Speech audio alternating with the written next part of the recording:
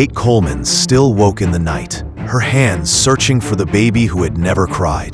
The stillbirth had hollowed her in ways she could not name. But John, her steadfast husband, believed they could heal by giving their love to another child.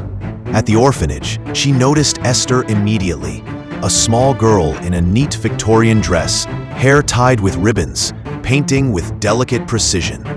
Her accent, her manners, the way she called them Mama and Papa, Esther seemed like the answer to their pain. For a time, she was perfect. She played the piano, painted vivid scenes, doted on little Max, who was hearing impaired. But Daniel, their son, kept his distance. He thought she was strange, always watching, too careful with her words.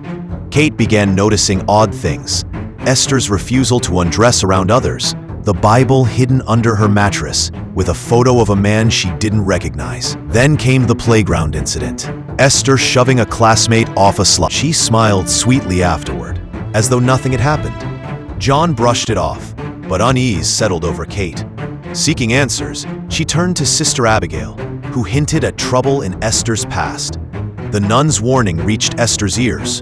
From then on, she whispered to Max about mean people who might send her away, twisting the child's trust. Even the family therapist sided with Esther, suggesting Kate's suspicions came from her grief. But Esther's mask began to slip. She retrieved John's gun from the safe, waving it at Max like a toy. When Sister Abigail appeared unannounced, Esther orchestrated a roadside accident and later killed her outright, hiding the evidence in the treehouse and swearing Max to secrecy. Determined, Kate dug deeper. The orphanage Esther came from in Estonia was actually the Sarnay Institute, a psychiatric facility. A doctor told Kate the truth. Esther was no child, but a 33-year-old woman named Lena Clammer with a rare hormone disorder that made her look young. She had murdered before, including the last family that took her in. Kate raced home, but she was too late. John had found Esther's hidden paintings, twisted adult depictions of himself, and realized the horror too late. The lights went out.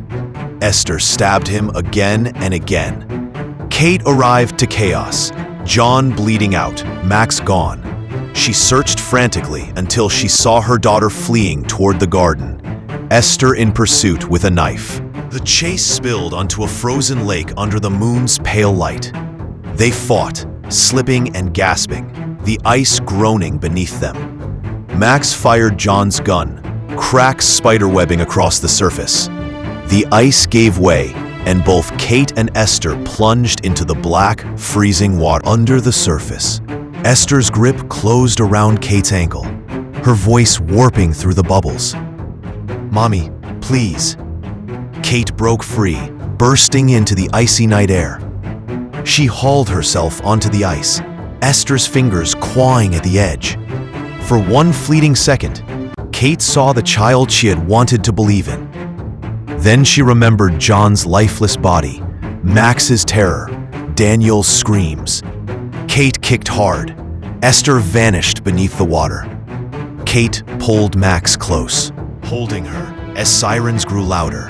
Her body shook from cold, but the deeper chill came from knowing how close death had come to her family, and that they had invited it in themselves. Beneath the frozen surface, the ribbons of a little girl's dress drifted slowly into the dark.